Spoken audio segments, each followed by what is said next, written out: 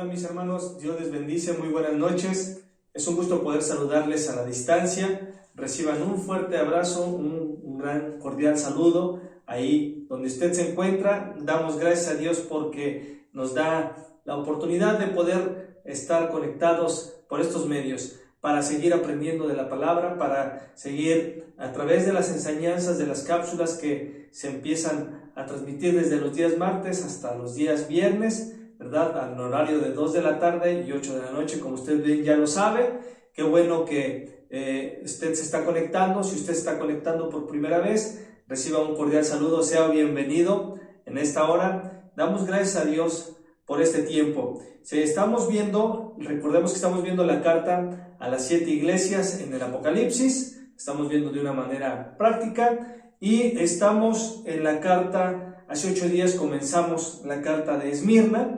Recuerde que comenzamos con esta carta y seguimos en Apocalipsis 2, capítulo 8, versículo 11, que leo para ustedes, que dice de la siguiente manera: y escribe al ángel de la iglesia en Esmirna, el primero y el postrero, el que estuvo muerto y vivió. Dice esto: yo conozco tus obras y tu tribulación y tu pobreza, pero tú eres rico, y la blasfemia de los que se dicen ser judíos y no lo son, sino sinagoga de Satanás. No temas en nada lo que vas a padecer. He aquí, el diablo echará a algunos de vosotros en la cárcel para que seáis probados, y tendréis tribulación por 10 días. Sed fiel hasta la muerte, y yo te daré la corona de la vida. El que tiene oídos, oiga lo que el Espíritu dice a las iglesias. El que venciere no sufrirá daño alguno, no sufrirá daño de la muerte segunda.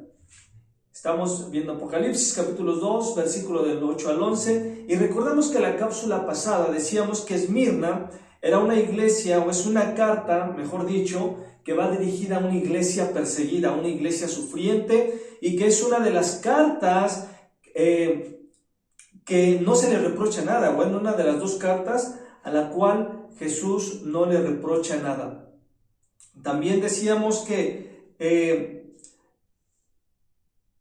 Jesús da un recordatorio a través de esto, de que Él sabe, o nos hace saber que Él tiene el control y sabe de cuándo ejercer una reprensión y cuándo ejercer un consuelo, un aliento y sobre todo dar ánimo a la iglesia, ¿verdad? Y Él sabe lo que necesita, cuándo lo necesitas. Jesús sabe eso. Jesús sabe cuando necesitamos algo y en qué momento lo necesitamos. Cada situación, cada persecución o cada aflicción en tu vida, ¿verdad? Dios sabe y qué es lo que necesitas en ese momento y cuándo lo necesitas. Entonces, podemos ver que esta carta, ¿verdad?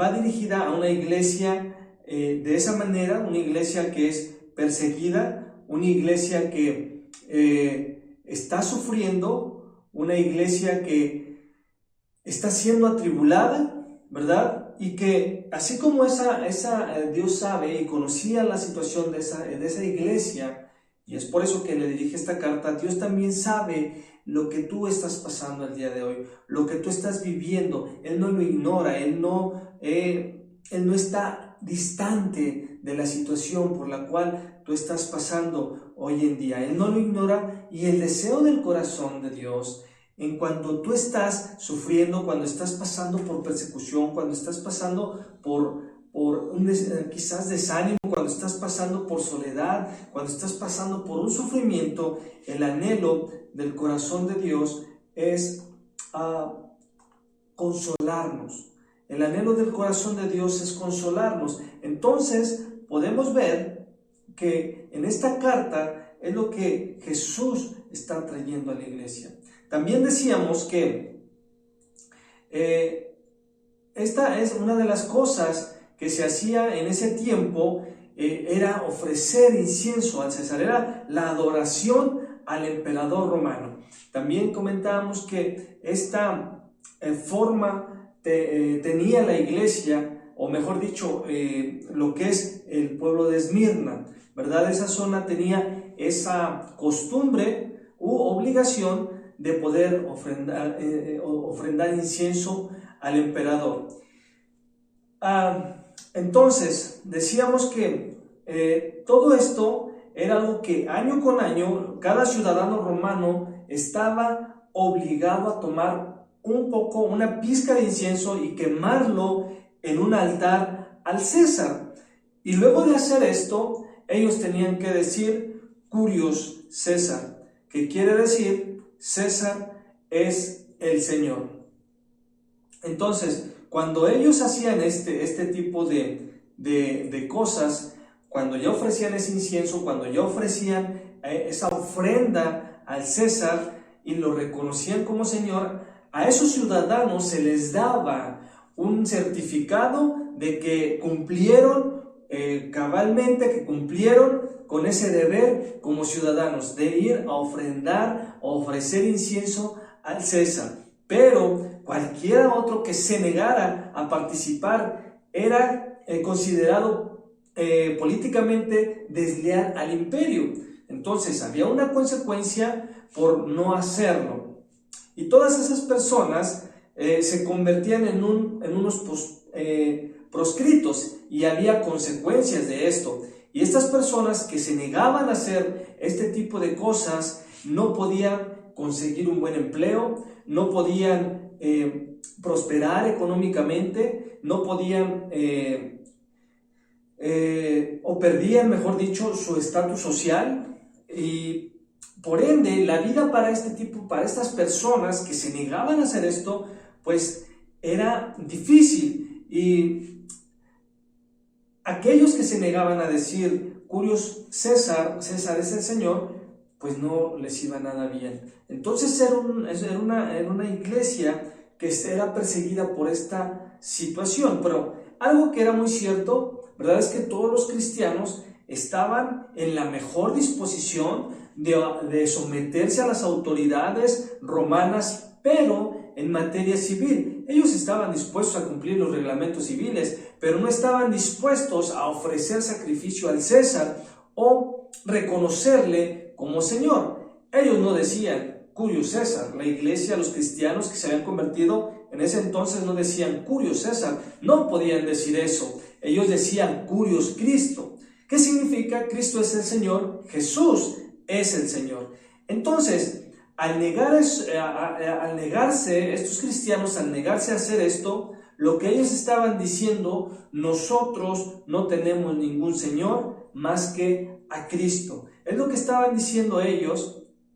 Y como resultado de su rechazo a reconocer a César como Señor, ellos eran objeto de persecución. Los cristianos que vivían en Esmirna y en otras ciudades de esa zona durante esa época sabían que cuando se convertían al cristianismo, cuando hacían público su testimonio, sus convicciones, su fe, ¿verdad?, corrían el riesgo inclusive de perder la vida. No era nada sencillo para ellos, no era nada sencillo. Ellos tenían que armarse bien de valor. Ellos tenían que estar firmes en sus convicciones. Y como dice la Escritura en Lucas 14, 28, 30, debían de considerar todo lo que conllevaba el poder hacer pública su fe. Ellos estaban conscientes de que al recibir o al aceptar o al entregar su vida a Cristo, ellos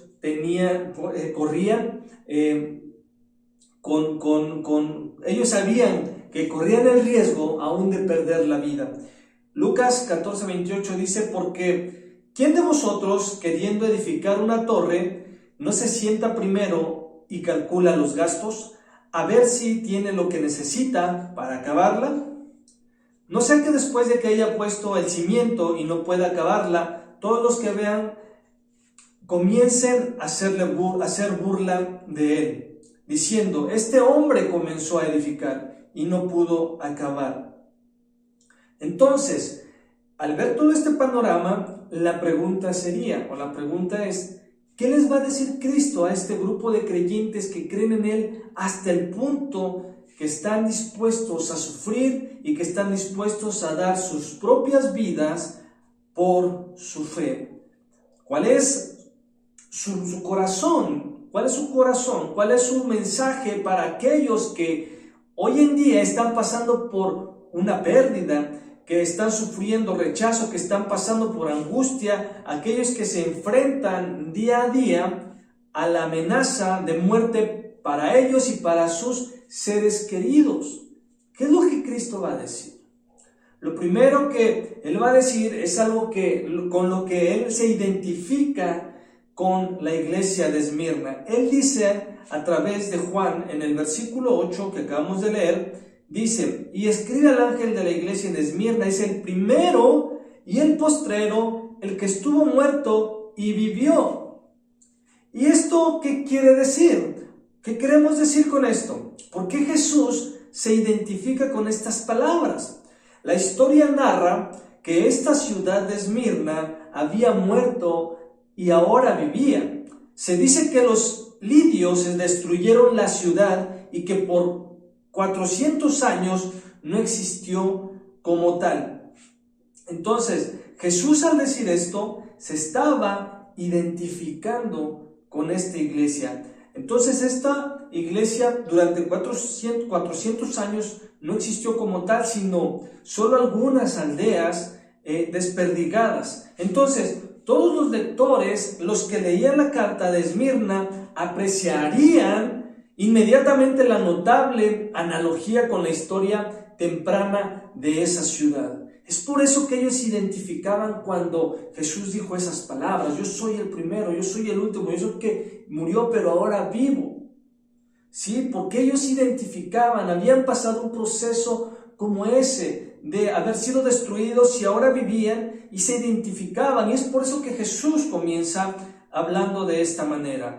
Ahora, algo que podemos ver a través de las 7 cartas es que cada carta tiene una descripción diferente de Jesús. Podemos ver que usa frases diferentes en cada carta, como la carta a Éfeso, que pudimos ya estudiar, ¿verdad? Jesús se identificaba con ellos de una forma. Entonces, es interesante que Cristo utilice el aspecto de sí mismo, que es particularmente apropiado para cada iglesia. Cada comienzo para cada iglesia era apropiado para cada una de ellas, y que Él sabe que ministraría, ¿verdad?, sus necesidades en ese momento, específico. Entonces, por eso Jesús usa varias descripciones diferentes a través de cada carta, y los vamos a ir viendo, pero ahorita usa esta en la carta de Esmirna.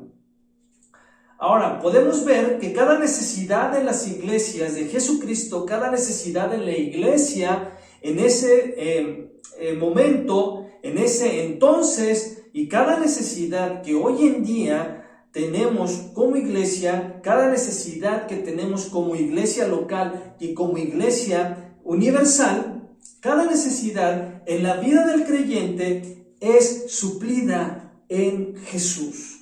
Es suplida en Jesús. Es Cristo quien es nuestra vida, quien es nuestra esperanza. Él es nuestra esperanza, Él es nuestra seguridad, y quien es también nuestra fuerza. Entonces, cada necesidad hoy en la actualidad también debe ser suplida por Jesús, por Cristo. Y quien es nuestra paz, quien es nuestra alegría, ya que Él es el único que satisface todas nuestras necesidades. Sea cual sea la necesidad que hoy tú estés pasando en tu vida, en tu corazón, sea cual sea la necesidad, Jesús es el único que puede suplirla. Es el único al cual debemos de buscar. No debemos de buscar en otro lado o a alguien más o a una persona para suplir dicha necesidad. Y a veces es el error que se comete. Tenemos una necesidad, estamos afligidos, y lejos de primero ir a Dios, de buscar a Dios, vamos a las personas, vamos a otros lugares, llámese redes sociales, llámese amigos, llámese familiares, llámese lo que usted le quiera poner. pero Jesús es quien debe de suplir y en Él se debe de suplir todas nuestras necesidades. Entonces, en los tiempos de sufrimiento, en los tiempos de tribulación y pruebas, no es tan importante el saber del porqué de tanto sufrimiento. Lo importante no es saber del por qué me sucedió a mí, por qué me pasó a mí. Lo importante es saber que Él sigue en su trono, que Él está hablando a nuestras vidas, que Él está sosteniendo, me está sosteniendo en la palma de su mano, que Él está orquestando todos los eventos en tu vida para su gloria y para el avance de su reino. Es por ello que al principio de cada una de estas cartas, como decíamos, Jesús está desafiando a esta iglesia o a las iglesias a levantar sus ojos por encima de sus circunstancias, por encima de la situación, para mirar a Dios. Es por eso que Jesús está haciendo todo esto. Y en esta carta, la carta de Esmirna, Jesús se identifica con esta sufrida iglesia de dos maneras. La primera, Él dice: yo soy el primero y el último. Y esto nos recuerda a Isaías 44:6, que dice de la siguiente manera: así dice Jehová, Rey de Israel, su Redentor, Jehová de los ejércitos. Yo soy el primero y yo soy el postrero, y fuera de mí no hay Dios. Así que lo que Jesús está diciendo es que Él es Dios. En medio del sufrimiento, en medio de lo que estés pasando, Él sigue siendo Dios.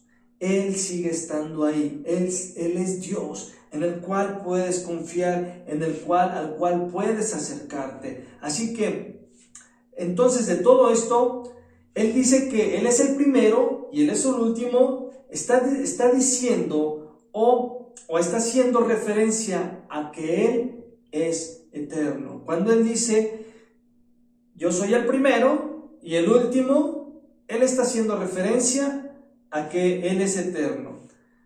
No había nada antes de Él y no habrá nada después de Él, porque no habrá un fin para Cristo.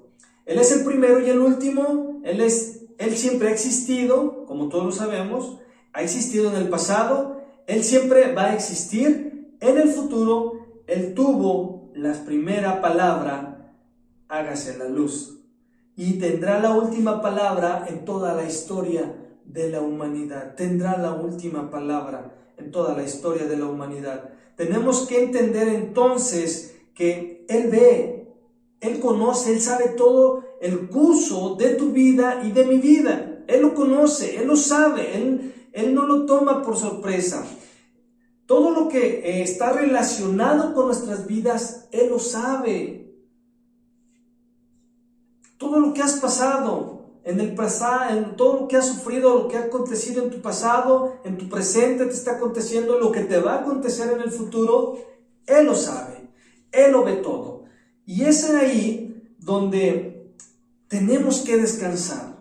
¿Por qué? Porque nada le toma por sorpresa a Él. ¿Por qué? Porque Él es el primero y Él es el último. Él tiene conocimiento de todo eso. Él ha trazado una línea para tu vida. Y lo que te está pasando no es algo que Él ignore. Y es en lo que debemos de descansar. Pero cuando estamos en medio de la prueba, en medio de la aflicción, en medio del sufrimiento, pareciera que todas estas verdades de las Escrituras, pareciera que todas estas cosas que aprendemos se nos borran de nuestra mente, se diluyen en nuestro corazón y actuamos como si algo extraño nos estuviera sucediendo. Actuamos como si a Jesús se le hubiera ido o se le hubiera olvidado lo que estamos pasando. Actuamos como si a Él se le escapó la situación de sus manos. Actuamos como si Él ya no pudo resolver el problema y mejor se retiró. Actuamos de una manera tan pobre cuando estamos pasando situaciones. Dejamos que Satanás llene nuestro pensamiento, nuestras mentes de esa manera. cuando todo esto debería de fortalecernos en medio de cada sufrimiento. Es por ello que los cristianos, los primeros cristianos, sentían un gozo por sufrir por Cristo. Ellos estaban dispuestos a dar su vida por Cristo, porque no olvidaban estas cosas. Y Esmirna era una iglesia que necesitaba ese aliento, y Jesús se lo iba a dar. Jesús se lo iba a dar.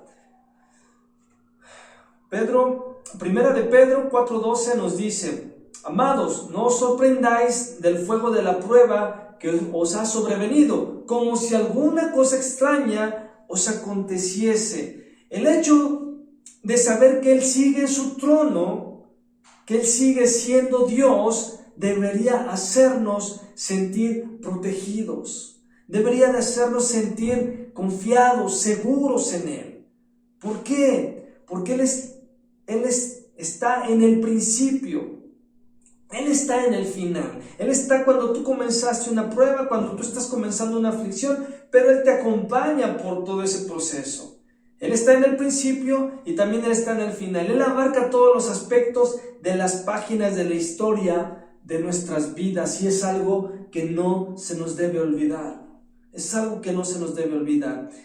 Y Él no solo es eterno, sino que como el primero y el último, Él es el Señor soberano de la historia. Él es supremo sobre todas las circunstancias. Recordemos esto, Él es supremo sobre todas las circunstancias. Él está en control. A Él no se le ha salido nada de control, no se le ha escapado nada de control. Así que recuerda lo que Deuteronomio 7:9 nos dice: Dios es Dios, el único Dios que puede ayudarte en medio del sufrimiento, de la aflicción, de la angustia, de la soledad, de la persecución. Él es Dios, el que te puede ayudar en medio de esa prueba, ya que Él es el único Dios fiel, que mantiene por 1000 generaciones su pacto y fiel amor hacia todos aquellos que lo aman y obedecen sus mandamientos.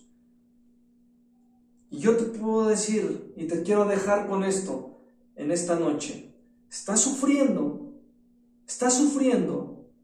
sigue buscando consuelo en Él, sigue buscando consuelo en Él. ¿Estás atribulado?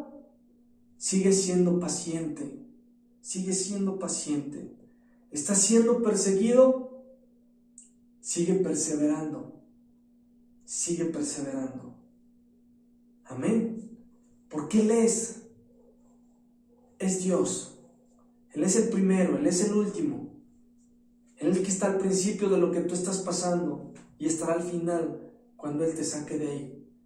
Sigue confiando, sigue buscando consuelo, sigue siendo paciente. No bajes la guardia, no dejes que Satanás te engañe, trayendo pensamientos equívocos que te van a alejar de Dios.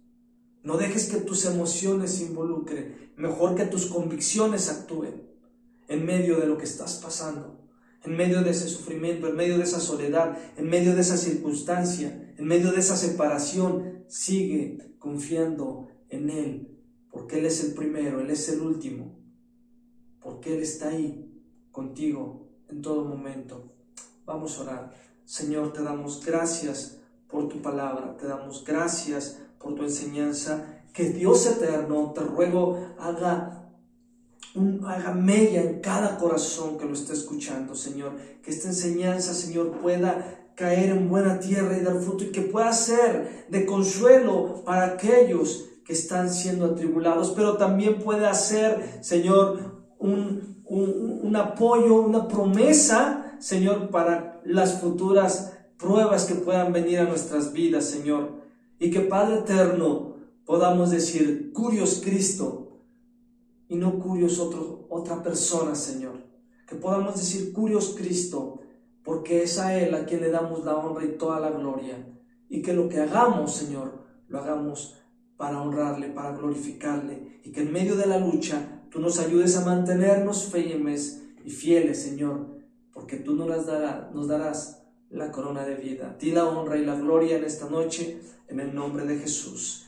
Hermanos, gracias por conectarse, gracias por estar hasta el final. Que Dios te bendiga. Te mando un fuerte abrazo. a la distancia.